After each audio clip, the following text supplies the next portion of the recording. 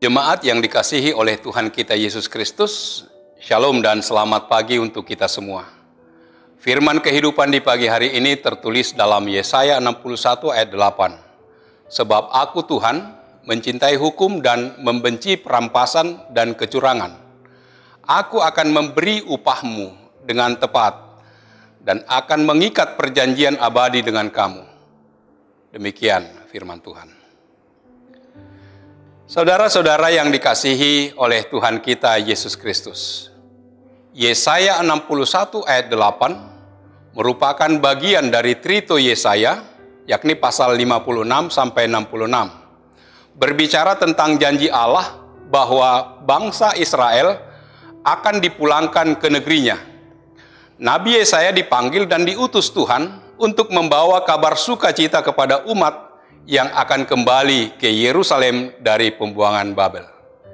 Kabar sukacita, penghiburan ini disampaikan pada umat Israel dalam kondisi sedang berputus asa, tidak mempunyai harapan untuk masa depan yang lebih baik.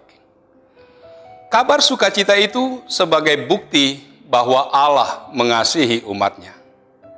Yesaya menyampaikan kepada umat Israel agar mereka tetap hidup dalam kebenarannya. Demikian juga dengan kita. Allah mempercayakan kabar baik itu kepada kita untuk kita saksikan dalam kehidupan kita yang nyata. Tuhan menginginkan kita berkarya bagi terwujudnya rancangannya. Setiap orang pasti ingin mendengar kabar baik di saat mengalami pasang surut kehidupan, baik bidang ekonomi, kesehatan, keamanan, dan lain sebagainya. Hendaknya kita menyampaikan kabar baik dengan penuh sukacita dan ucapan syukur, menyaksikannya melalui kehadiran dan kepedulian kita terhadap sekitar kita. Di dalam semuanya, yang memprakarsai dan aktor utama tetaplah Tuhan dengan segala otoritasnya. Karena Dia sendirilah kabar baik itu. Kita harus bersaksi dengan kerendahan hati. Sebab dengan kerendahan hati, kita tetap mampu mendatangkan sukacita melalui kehadiran kita di dunia ini. Allah kita adalah Allah yang mencintai keadilan. Melalui Nabi Yesaya, Tuhan mengingatkan kembali bangsanya akan perjanjiannya dengan Dia. Akan ada pemulihan yang dilakukan Allah bagi umatnya, di mana Israel akan menjadi umat yang diberkati. Dapat kita pahami bahwa melalui Nabi Yesaya kita dipanggil untuk hidup dalam kebenarannya. Maksud dari pemanggilan itu adalah supaya kita mampu menyaksikan kebenaran dan kuasa Allah dalam dunia ini. Menyaksikan bahwa Allah akan memberikan perubahan hidup yang mendatangkan damai sejahtera karena Allah benar-benar menepati janjinya. Dalam situasi hidup sekarang yang penuh dengan tekanan, berita yang tidak pasti, keadaan yang selalu berubah-ubah, membuat orang lain ingin mendengar kabar baik dan merasakannya sebagai suatu penghiburan. Kebebasan dari belenggu dosa, serta perbaikan hidup yang penuh damai. Yesus adalah kabar baik di dalam dirinya. Dia mewujudkan nubuatan para nabi. Dalam kehidupannya terlihat penggenapan nubuatan Nabi Yesaya. Ia melepaskan orang-orang yang menderita, termasuk penderitaan yang mendatangkan dosa. Kabar baik untuk pemulihan, pembebasan, dan penghiburan diperlukan bagi masyarakat kita saat ini.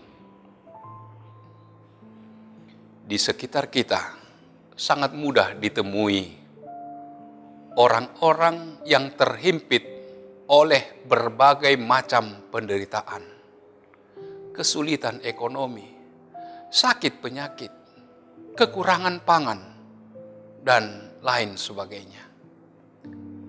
Tidak sedikit dari mereka yang tidak berdaya dan putus asa. Siapakah yang harus memberitakan kabar baik bagi mereka?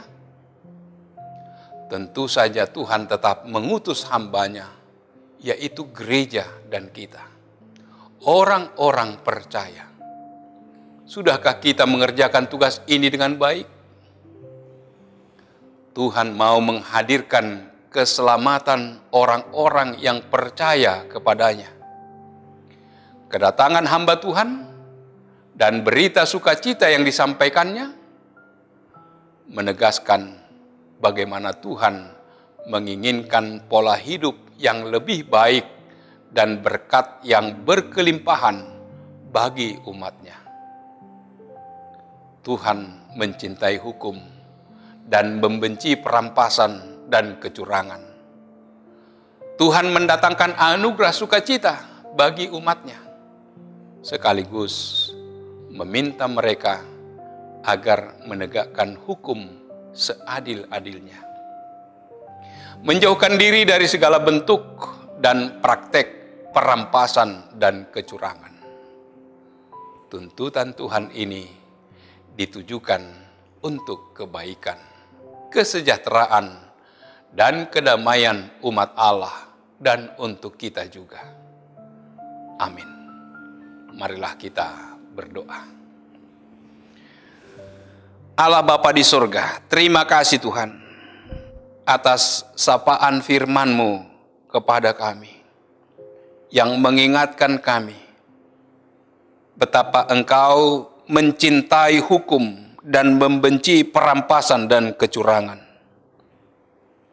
Ya Bapa, ketika kami melakukan apa yang Tuhan perintahkan untuk kami lakukan dalam kehidupan kami, Engkau sendiri akan memberi upah yang tepat bagi kami. Dan perjanjian Allah akan senantiasa ditepati dalam kehidupan kami. Ya Bapa, berkatilah kami di dalam tugas dan pelayanan kami, dimanapun kami melakukan pekerjaan. Hadirlah Engkau menyertai dan memberkatinya, agar kami senantiasa bersukacita memuji, memuliakan kebesaran nama Tuhan. Anugerah dari Tuhan kita Yesus Kristus, kasih setia dari Allah Bapa, serta persekutuan dengan Roh Kudus, kiranya menyertai kamu sekalian. Amin.